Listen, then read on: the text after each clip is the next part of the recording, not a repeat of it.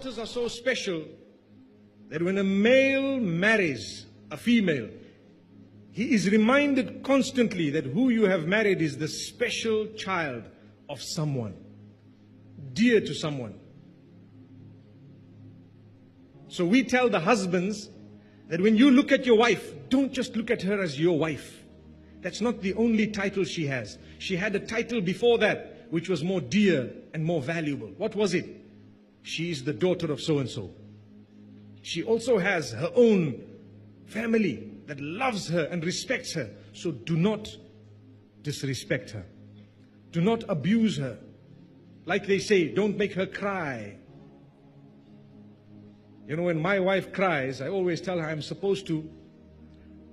not supposed to allow you to cry. She says, I cry out of joy. MashaAllah. Okay, that's good. That's a good sign.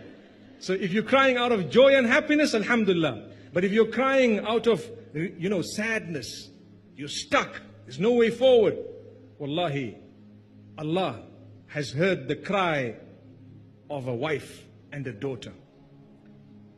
If you take a look at Surah Al-Mujadalah, named after a woman who came through in order to present her case to Muhammad sallallahu alaihi wasallam, where the husband became disinterested in her.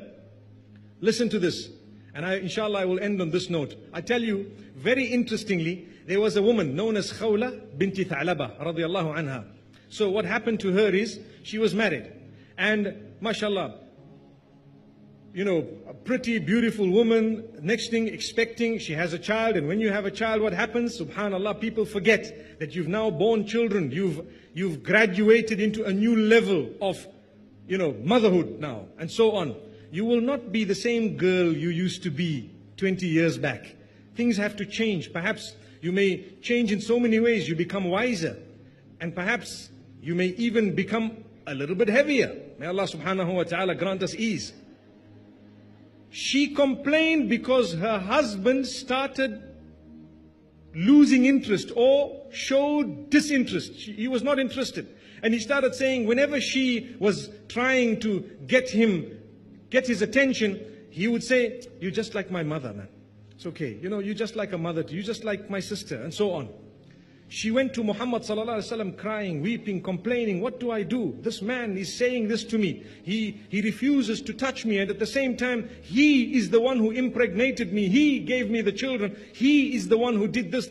When I married him, I was in tip-top shape, and so on. My mothers and sisters, I just want to pause for a moment to tell you that does not mean that when you have given birth, you should just lose yourself. No, go back. You will be able to retain a lot if you work on it. May Allah subhanahu wa ta'ala help us.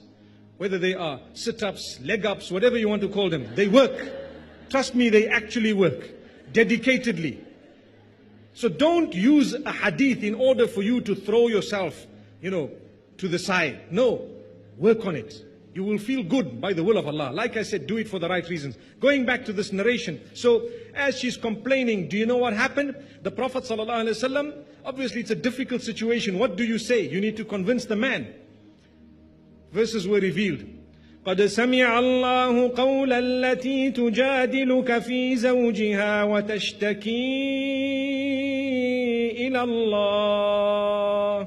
Indeed, Allah has heard the argument of the woman who has come to you complaining to Allah subhanahu wa ta'ala. Allah has heard it. And then He gives the response, and it's a long set of verses where Allah speaks of the punishment of those who say those type of statements, and how special and important the woman is.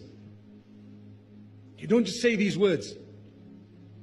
So may Allah subhanahu wa ta'ala help us to make the correct decisions in life. Download our mobile applications or register on our official website to get access to exclusive content. Links given in description of video.